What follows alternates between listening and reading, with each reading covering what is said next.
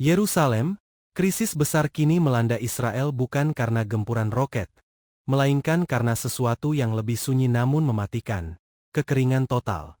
Dalam peristiwa yang terjadi dalam hitungan malam, ratusan drone menyerbu wilayah udara Israel dan menjadikan fasilitas vital sebagai sasaran, termasuk pusat-pusat penyediaan air bersih nasional. Efeknya tak langsung terlihat, namun lebih kejam dari ledakan. Keran-keran macet dan air jadi lebih langka dari logika di parlemen. Di tengah krisis tersebut, Perdana Menteri Benyamin Netanyahu tampak gelisah saat menghadiri rapat darurat kabinet. Beberapa stafnya menyebut situasi di ruang itu lebih tegang daripada Wi-Fi di rumah warga Gaza. Tidak ada air, tidak ada solusi cepat, dan tidak ada lagi narasi pahlawan yang bisa dijual ke media lokal. Kami akan bertahan, ujar Netanyahu dalam pidato nasionalnya, meski ekspresi wajahnya mengisyaratkan hal lain, sebuah campuran antara kepanikan dan kesadaran bahwa krisis air tidak bisa ditembak dengan Iron Dome. Serangan udara itu memang sebagian besar berhasil dicegat, namun beberapa drone berhasil lolos dan menyasar fasilitas pendistribusian air di selatan Israel, membuat jaringan utama di kota-kota seperti Be'er Sheva, Ashdod, dan bahkan sebagian Tel Aviv terganggu. Tak ada ledakan dramatis, hanya gangguan sistematis yang menghentikan aliran air ke jutaan rumah tangga. Serangan senyap yang tak bisa difoto untuk dijual ke media, tapi cukup efektif membuat rakyat haus dan elit politik sokcool sambil minum air galon selundupan. Ironisnya, Israel yang selama ini bangga dengan teknologi penyulingan air laut dan pengelolaan air canggih kini berhadapan dengan fakta pahit. Air tidak bisa didesalinasi kalau listriknya padam dan pusat distribusinya luluh lantak. Negara yang konon tak pernah tidur kini harus mengantre galon sambil ngantuk dan pura-pura sabar. Netanyahu dikenal sebagai orator ulung, namun dalam krisis ini ia lebih banyak terdengar mengulang kalimat yang sama, "Kita akan mengatasi ini."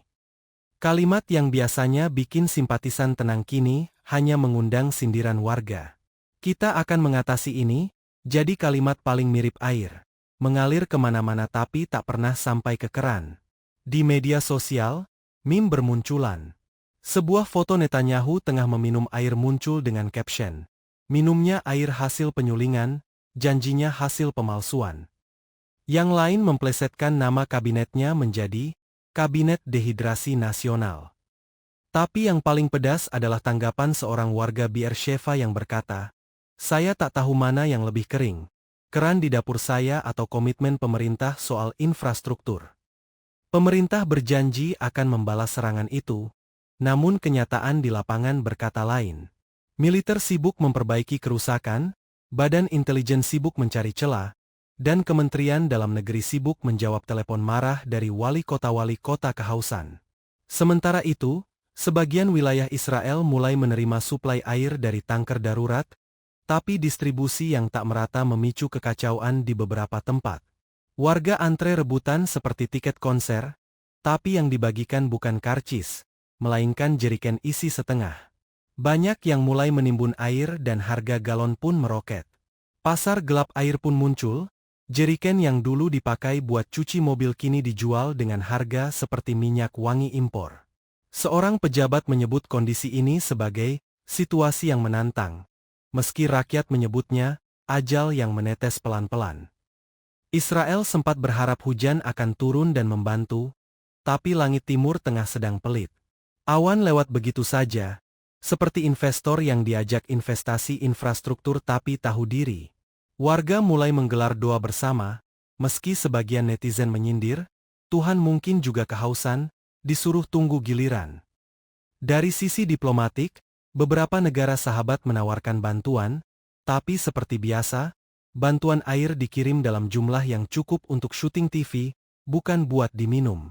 Semua selebihnya hanyalah janji dan pembicaraan teknis yang membuat rakyat makin jenuh. Para pengamat mulai menyebut serangan ini sebagai bentuk perang generasi baru. Tidak perlu banyak darah, cukup lumpuhkan logistik vital dan biarkan lawan runtuh dari dalam.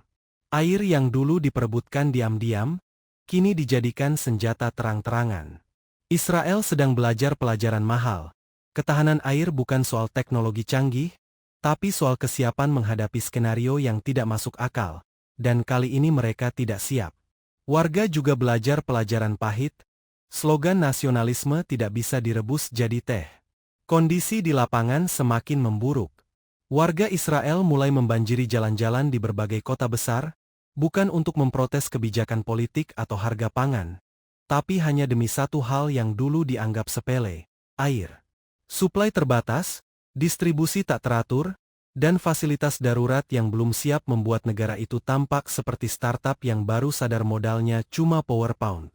Krisis ini telah mengungkap sesuatu yang tak pernah dibahas dalam konferensi keamanan atau forum internasional. Bahwa negara modern bisa dihancurkan bukan dengan nuklir, tapi cukup dengan membuatnya haus selama 3 hari. Netizen menggambarkan situasi itu sebagai apokalips versi mineral, di mana manusia lebih rela kehilangan sinyal HP daripada kehilangan sebotol air. Distribusi galon dijaga ketat oleh tentara, yang kini bukan lagi melindungi negara dari serangan, melainkan dari amukan warga haus. Tentara elit yang dulu dilatih untuk menyusup dan menghabisi target, kini ditugaskan mengangkat air isi ulang. Beberapa dari mereka dikabarkan harus menghadapi warga yang marah karena jatah airnya dipotong setengah.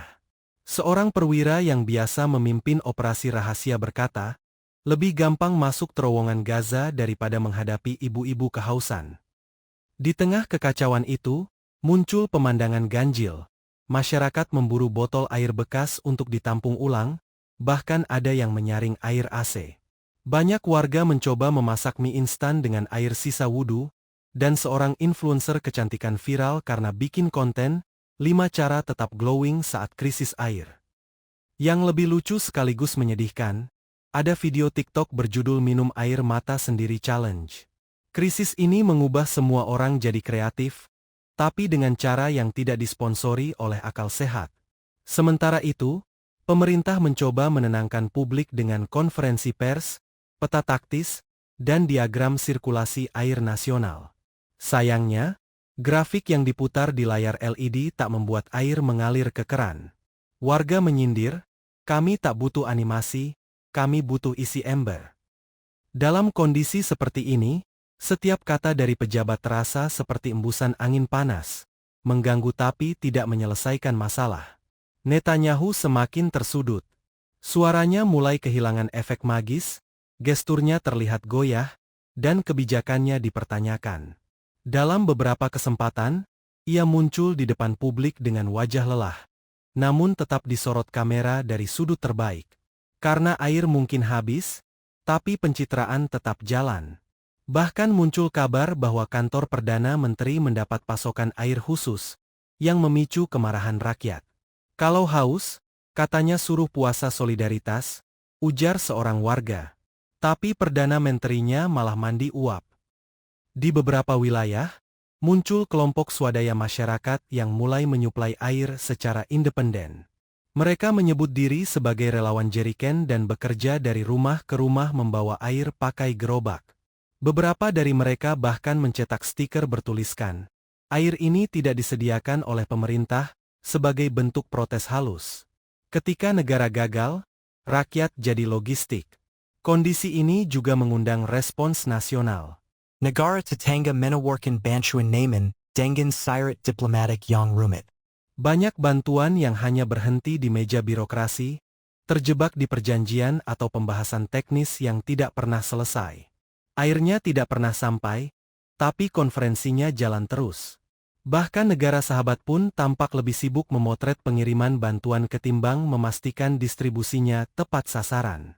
Meski begitu, beberapa analis mengatakan bahwa krisis ini akan memaksa Israel meninjau ulang seluruh strategi infrastrukturnya. Tapi rakyat tak butuh evaluasi di Excel, mereka butuh air nyata.